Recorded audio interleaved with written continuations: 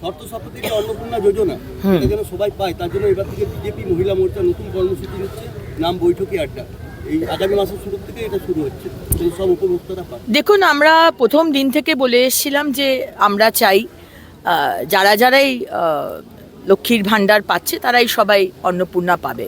আমি সেই সময়তে মন্ত্রী ছিলাম, আমিও বলেছিলাম, আমার মাননীয় মুখ্যমন্ত্রীও বলেছিলেন। কিন্তু পরে দেখলাম যে যারা পেয়ে এসেছে লক্ষ্মীর ভাণ্ডার তারা অনেকে পুরুষ, আবার তারা অনেকে মহিলা যাদের পাওয়ার কথাই নয়, তারা ইনকাম ট্যাক্স দিচ্ছেন।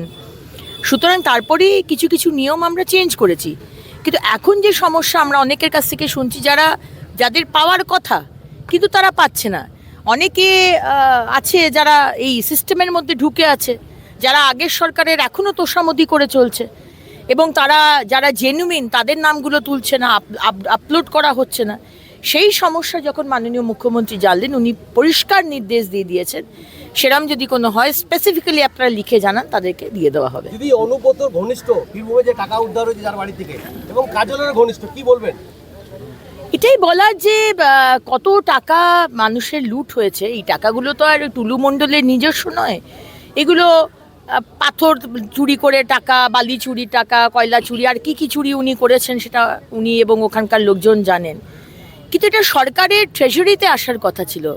এই টাকার যে ট্যাক্স, সেটা সরকারে আসার কথা ছিল, কিন্তু আগের সরকার ট্যাক্স নিয়ে কোনোদিন চিন্তা করেনি। এই টাকাগুলো তাদের নিজস্ব পার্টির ফান্ডে গেছে, নিজস্ব ব্যক্তিদের কাছে গেছে, কালীঘাটে গেছে, শান্তিনিকেতনে বিল্ডিংয়ে গেছে। তো এইটা সরকার ধোঁকা খেয়েছে, সরকারের, আমরা যারা সাধারণ মানুষ আমাদেরকে ধোঁকা দেওয়া হয়েছে।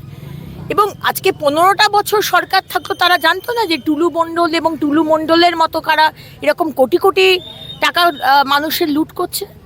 তাদেরকে আগের মুখ্যমন্ত্রী বললেন তারা নাকি বাংলার বাঘ। এইসব লোকেদেরই বাংলার বাঘ বলে তাদেরকে বড় করা হয়েছিল। মিড ডে মিলকে ডিম আবার ফিরে আসছে। ডিম আজকে নিরামিষ খাবারের, আজকে অনেকেই আছেন যারা আমরা নিরামিষ হয়ে যাচ্ছি। অমিতাভ বচ্চন আমাদের মানে ম্যাটার্নি আইডল, তিনি নিরামিষ খান। বিদেশের বেশিরভাগ লোকজন তারা এখন করছেন যে কমপ্লিটলি নিরামিষ খেতে হবে, মানে ওটাকে কি বলে, মানে ডেয়ারিও চলবে না, দুধ প্রোডাক্টসও চলবে না। তো নিরামিষ খেলেই যে পুষ্টিকর খাবার হয় না, এটা তো ভাবার কোনো কারণ নেই। কিন্তু মাননীয় মুখ্যমন্ত্রী এই ব্যবস্থাও করে দিয়েছেন যে যারা ডিম খেতে চায়, বাচ্চারা যারা বাড়িতে ডিম খায়, তারাও ডিম পাবে। স্কুল যখন এই পুরো ইয়েটা দেখবে, তো ডিমের ইয়েটা কি আলাদা করে কোনো, সেটা আমি বলতে পারবো না। সেটা যারা ব্যবস্থা করবেন তারা হয়তো এই ডিটেলসটা বলতে পারবে। কারা এটা করছে এক্স্যাক্টলি, কারা বানাবে এই বিষয়টা আমার কাছে জানা নেই।